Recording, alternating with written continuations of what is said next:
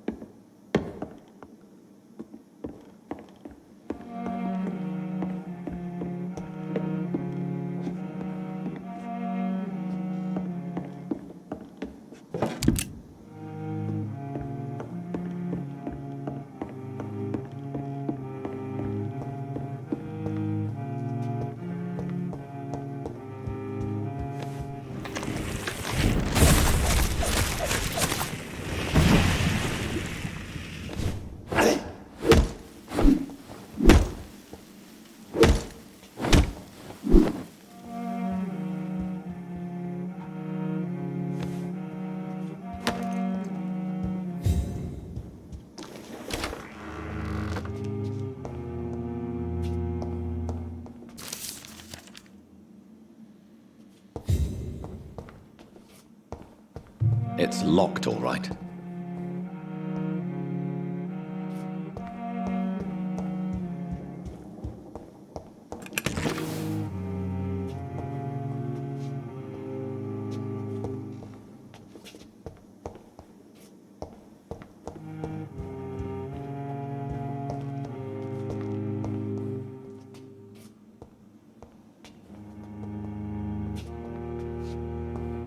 It's locked.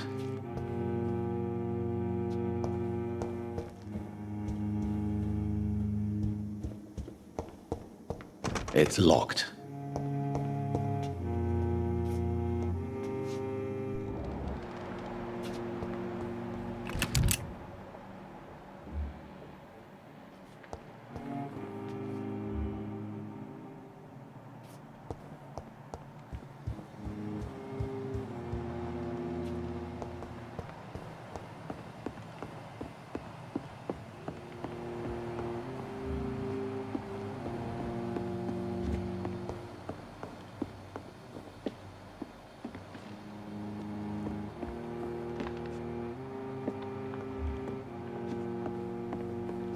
It's locked, all right.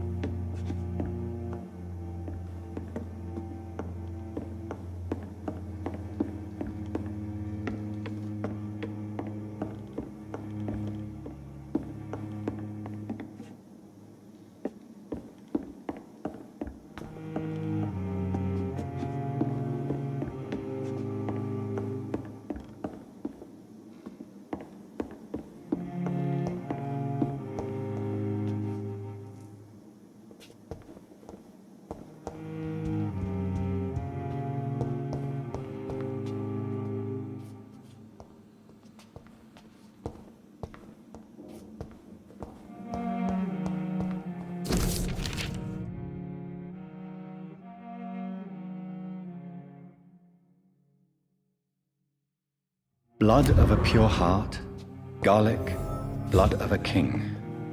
I don't understand. Perhaps this is what McCullum drank. I had better keep that in mind.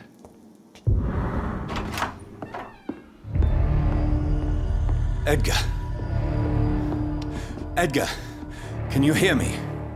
Jonathan, is it really you? Easy. Easy. Save your strength. I'm getting you out of here.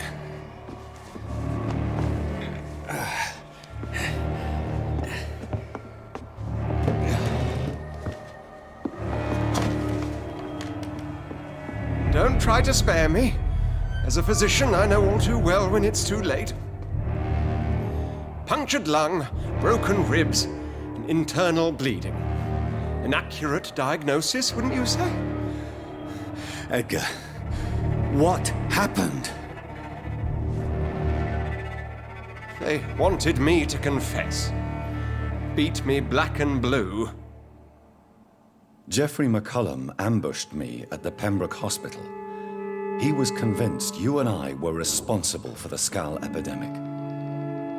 I never imagined that self-righteous fanatic would dare to attack us in the open. What became of him? To prove him wrong, I let him go. Really? Are you sure that was the wisest course of action? Time will tell. The most intriguing part of his accusation was that you and I were the pawns of some ancient vampire. William Marshall. Yes, they tortured me to make me confess the same nonsense.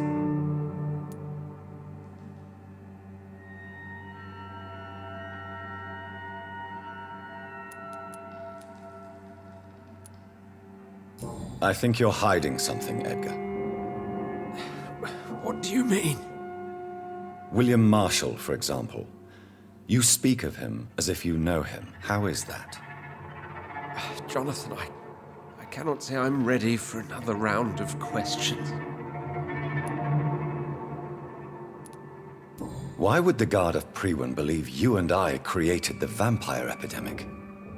Maybe due to our profession? Because I offered you shelter in my hospital. What can you tell me about William Marshall? Not much. History paints the story he was the greatest knight who ever lived. Amongst the immortals, he had a yet greater legend. Why is the Guard of Prewin so obsessed with him? He was the only ancient vampire to escape the first great hunt launched by the Guard of Prewen in 1854. They believe he's an evil creature plotting his return. Why would he deserve such a reputation? I cannot say. The Brotherhood of St. Paul's Stole has next to no intelligence on him. All I know is that he's supposed to be the oldest of all the British vampires.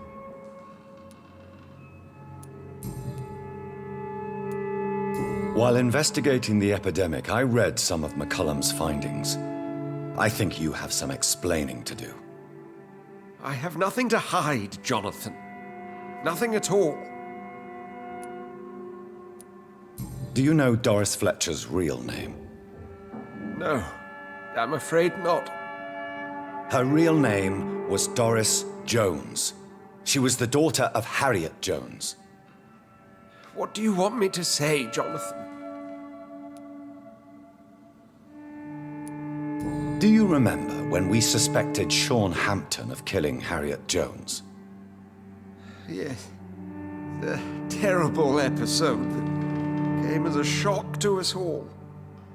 Harriet Jones faked her own death. When I found her in the sewers, she confessed she wanted everybody to pay for what happened to her. That woman was extremely bitter, full of hatred and festering anger. Doris Fletcher visited her mother at the Pembroke Hospital. That's how she first got infected. I know nothing about that. Miss Fletcher once came to visit the sick. That is all I know. No, Edgar, there is more. Doris Fletcher was Harriet Jones's daughter. They exhibited the same symptoms: blind hate and strong physical mutation. What does this sad story have to do with us? Do you know where we are? Doris Fletcher's theater. This is where that hateful creature plotted to spread the epidemic across London. I only briefly met Miss Fletcher once when she visited the Pembroke Hospital. You say it was to see her mother. She seemed like such a sweet and graceful woman. My point exactly. The disease turned her into a bitter soul, driven by vengeance just like her mother, a symptom of all the infected patients. Certain diseases are known to produce similar effects. Rabies, for example. And rabies is not the devil at work. Come on, Edgar. Don't you see the pattern here? The epidemic, the link between Doris and Harriet, the suspicion of McCullum. How could I? I never saw Harriet Jones again after she fled the hospital. Doris and Harriet shared more than a hidden family bond. They were the embodiment of the epidemic and are linked to the Pembroke Hospital. Come on, Edgar, this is no coincidence. I swear I'm at a complete loss. All I did was administer vampire blood to cure old Harriet. There was no evil plan, no diabolical plot. You did what? I tested the regenerating and healing properties of vampire blood on Harriet Jones. My only intention was to find the cure for influenza, I swear. Whose blood did you use? William Marshall's? Mine? Lady Ashbury's. While transfusing her with human blood, humanely appeasing her hunger, I also kept samples of her blood for my research. You used her blood on Harriet Jones? My God, Edgar, that's unethical. You betrayed 2 of your patients at the same time. Right, I admit it. I boldly ventured into experimental realms, but I've killed no one to appease my thirst for knowledge, Jonathan. I'm no murderer. I never asked to become what I am, Edgar. You chose to conduct your rogue experiments. You have worked beside me. You saw what I'm doing at Pembroke Hospital. Jonathan, you know I'm not an evil soul. Just another victim of this tragedy.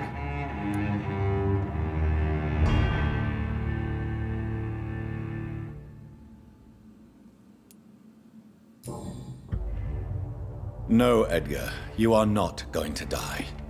Unless you want to. What do you mean? I can save you, Edgar. I can turn your broken body into one like mine. You truly would? After all I've done, after all that's been said, you would offer me this gift? I have no way of knowing which punishment would be worse, Edgar. But it is not for me to decide. So? Oh, please, Jonathan, please. I beg you. This is what I've always wanted. This is what I've always searched for. Very well, then.